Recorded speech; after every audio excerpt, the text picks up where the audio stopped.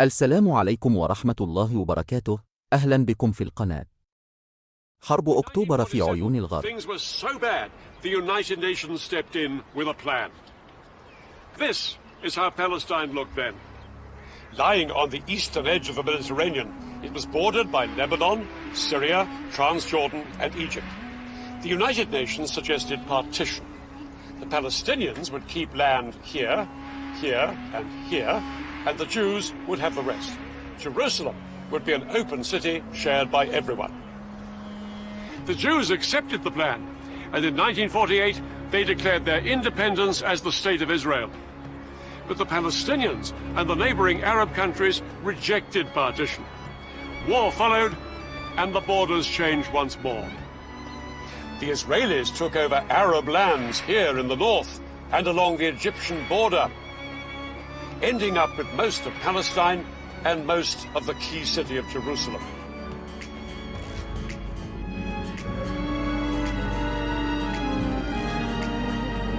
Tens of thousands of Palestinians fled or were expelled from their homes. These refugees headed to neighboring Arab countries, creating a refugee crisis that lasts to this day. Things finally came to a head. On the morning of June the 5th, Israel launched a preemptive strike against Egypt. It was followed hours later by attacks on Egypt's allies, Syria and Jordan. It would become known as the Six-Day War.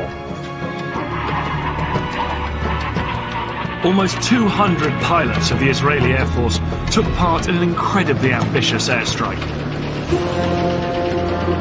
Their mission was to wipe out the Egyptian Air Force, the largest in the Arab world. The war was an utter disaster. Before this whirlwind campaign, Israel had been a tiny wedge of land, squeezed between Arab states, only 9 miles wide at its narrowest. Suddenly, it was a Middle East superpower, and 5 times the size. The borders had been pushed back to swallow a piece of Syria up here, called the Golan Heights. To the east, Israel had seized the West Bank, and in the south, it now occupied Egypt's entire Sinai Peninsula, a huge expanse of desert. From this new... But in Cairo, something had happened that the Israelis hadn't reckoned with. A new Egyptian president with a new sense of purpose, Anwar Sadat. When Sadat came to power in 1970, Egypt was still a demoralized country, smarting from the loss of the Sinai. Sadat was considered a moderate by many, but one of the first things he did was appoint a dynamic and popular new military commander, General Saad el-Shazli. Shazli was given the job of revitalizing Egypt's poorly trained and under-equipped army, because Sadat was determined to do what the Israelis least expected: fight back.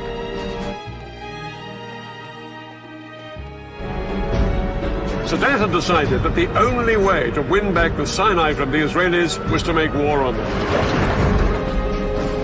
His plan was to launch a spectacular crossing of the canal and retake a strip of land in the Sinai. Sadat hoped that this would force the Israelis to negotiate a withdrawal from the rest of Sinai. But for this plan to work, Sadat was going to need help. Sadat found a willing ally in the Soviet Union, as the Israelis had with the USA.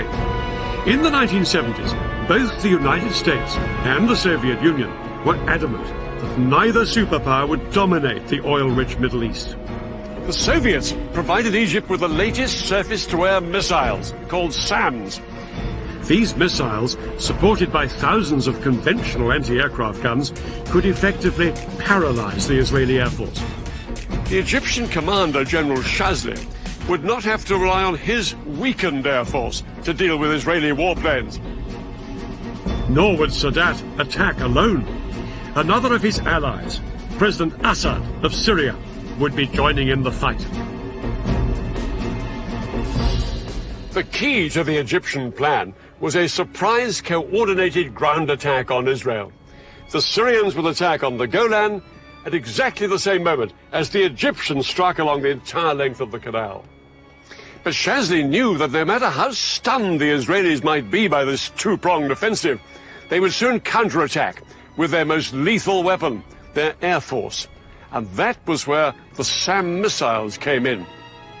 Shazli concentrated his SAMs along the Suez Canal. These missiles could bring down any Israeli planes that came within 15 miles. The SAMs and regular artillery guns would create a protective umbrella, shown here in red, under which Egyptian boats and infantry could cross safely. They would then seize the forts of the Bar-Lev line and secure a strip of land a few miles deep into the Sinai. The date of the attack was set for October the 6th, when the tides would give the most favorable conditions for crossing the canal. But October the 6th was also the holiest day of the Jewish year, Yom Kippur, when Israelis would be at home or the synagogue. With their plans in place, the Egyptians and their Syrian allies set about ensuring that the Israelis had no idea they were about to be attacked on two fronts.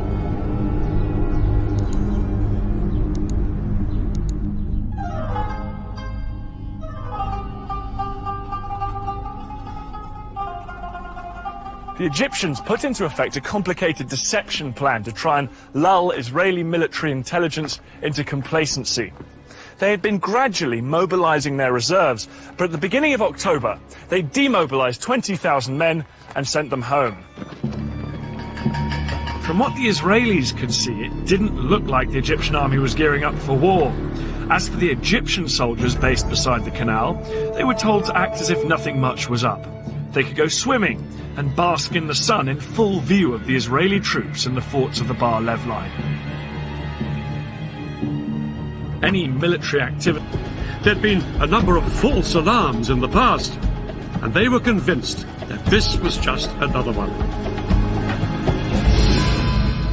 But they were wrong.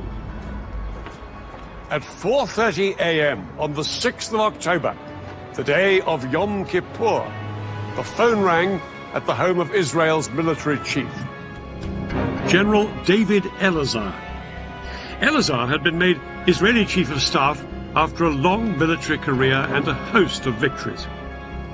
The call from Israeli military intelligence informed him that both Egypt and Syria would launch an attack in hours. Elazar's immediate thought was to send his air force to hit the Arabs before they had a chance to strike. But that decision could only be taken in the halls of power by Israel's politicians, and ultimately that meant one person, Israel's Prime Minister, Golda Meir. This 75-year-old was seen as the Iron Lady of Israeli politics, but she said no to airstrikes. She argued that if Israel was to win international support after the Six-Day War, it had to be seen not as the aggressor, but the victim. Elazar was appalled at his leader's reaction. He was only given permission to mobilize a fraction of the reservists he needed, and yet, within a few hours, his country would face invasion on two fronts. Egypt and Syria were poised to launch their attack.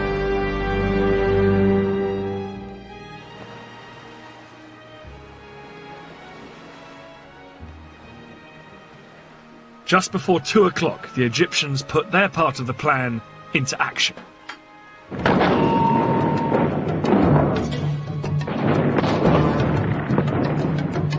Their assault across the canal on the forts of the Bar-Lev line was such a momentous event in Egyptian history, it was later restaged for the cameras.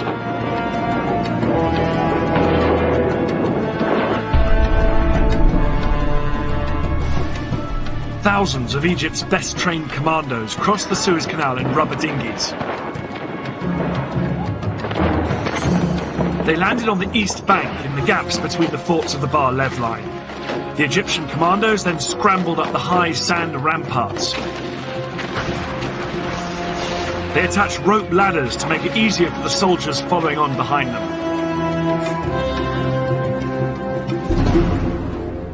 Behind this first wave were 100,000 Egyptian infantry and more than 1,000 tanks waiting to cross the canal, but the biggest obstacle to them were the giant sand ramparts on the Israeli side. These were as much as 60 feet in height. It was impossible for the Egyptian tanks and heavy artillery to climb up and over them. The Egyptians experimented with using dynamite to blow holes in them, but this was found to take far too long. But then one junior engineer officer had a flash of genius. He suggested using high-pressure hoses to blast the ramparts with water from the canal.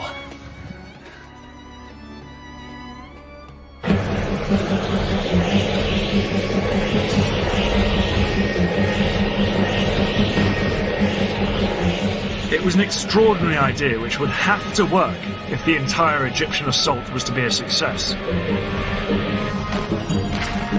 4 hours into the attack, and with fighting raging around them, the Egyptian engineers finally broke through the ramparts, and the first tanks started to pour through.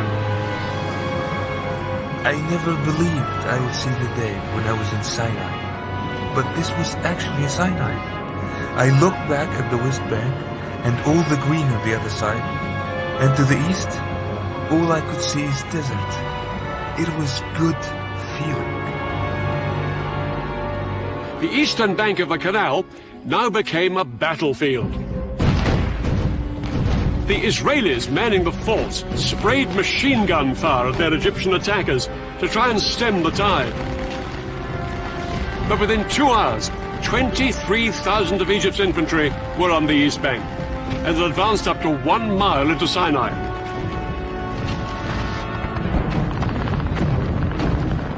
The fort was surrounded by Egyptian forces and was under constant fire. We made repeated calls for help. We fired from time to time and reported back what we saw. But mainly, we tried to keep up our morale. But the Israelis were sure that their air force would come to the rescue. The first Israeli jets were sent in at 4 p.m., flying low over the desert. But as they approached the canal, they found themselves under attack from the ground. The Egyptian SAM missiles and anti-aircraft guns caused havoc. As Israeli planes were shot down that afternoon, it soon became clear that Egypt's elaborate air defense umbrella was working.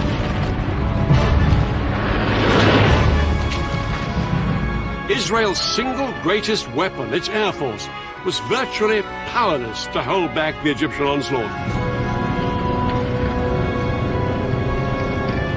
The most immediate hope for the Israelis surrounded in the forts were Israeli tanks stationed just a few miles away.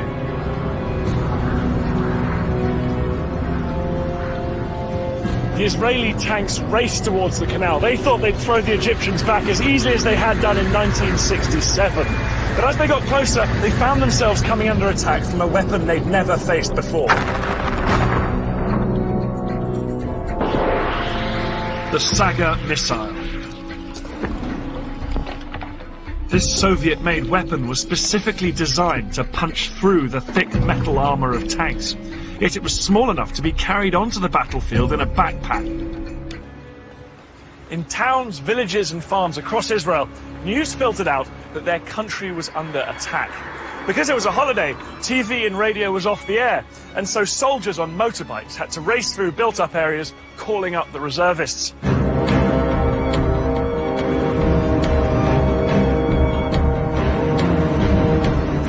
On October the 8th, David Elazar announced to the world that his army had finally gone on the attack. This morning, we started our counterattack, and we shall break and destroy completely all the attacking forces. Now the war started to swing in Israel's favor. By October the 15th, the Americans had responded to Prime Minister Meir's request for resupplies. For days, American planes arrived in Israel with huge numbers of tanks, shells, and new planes. Israel was in a much stronger position. Elazar and his commanders were determined to force the Egyptians back across the canal. They now planned an exceedingly ambitious and risky operation, and a man who would play a key part in it was General Ariel Sharon. Sharon would later become Israel's prime minister, but in '73 he was one of the country's most dynamic generals and immensely charismatic. He just left the army that summer, but when war broke out, he was recalled. His detailed knowledge of the Sinai, where he'd fought during the Six-Day War, would prove invaluable in framing Israel's audacious new plan. For many Israelis, the 9,500 soldiers killed or wounded during the October War was an unacceptably high price to pay. They blamed their government for failing to heed the warnings that war was imminent. Israeli confidence was shattered. They were no longer the invincible military power that they had thought they were. Despite the fact they'd suffered up to 30,000 casualties, perhaps in the end, the side that gained the most from this war was Egypt. The Egyptian crossing of the canal was seen as a major military achievement that restored Arab pride and gave President Sadat the confidence to make a spectacular bid for peace. First Arab leader to recognize the state of Israel.